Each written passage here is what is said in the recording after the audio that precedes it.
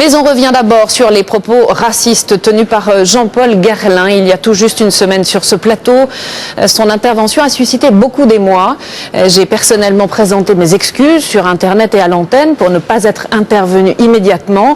France Télévisions condamne à nouveau fermement ces propos qui n'ont pas leur place sur notre antenne.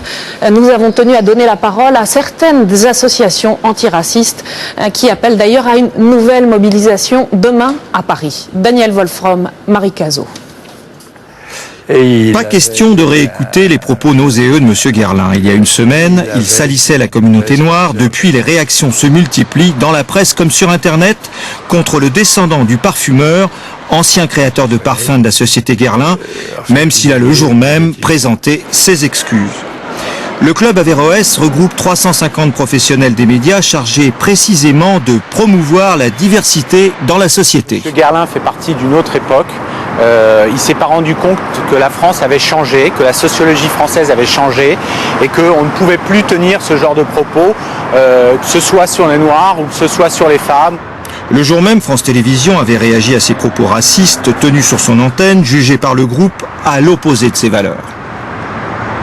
Il y a un énorme travail depuis des années au sein d'un comité de la diversité pour que précisément toute la société française puisse s'exprimer avec beaucoup d'apaisement et tout propos qui exclut est à rejeter et c'est le point de vue aujourd'hui de la direction de France Télévisions.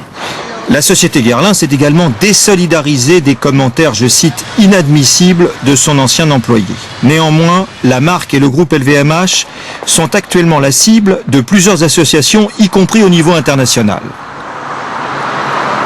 Les associations américaines veulent venir en France rencontrer le président de la République Nicolas Sarkozy et rencontrer le président de LVMH. Au fond, je pense que cette affaire traduit un mal bien plus profond, un racisme de la société française. La marque Guerlain et le groupe LVMH sont présents dans le monde entier. Ils pourraient faire face maintenant à un appel au boycott de leurs produits lancé par certaines associations.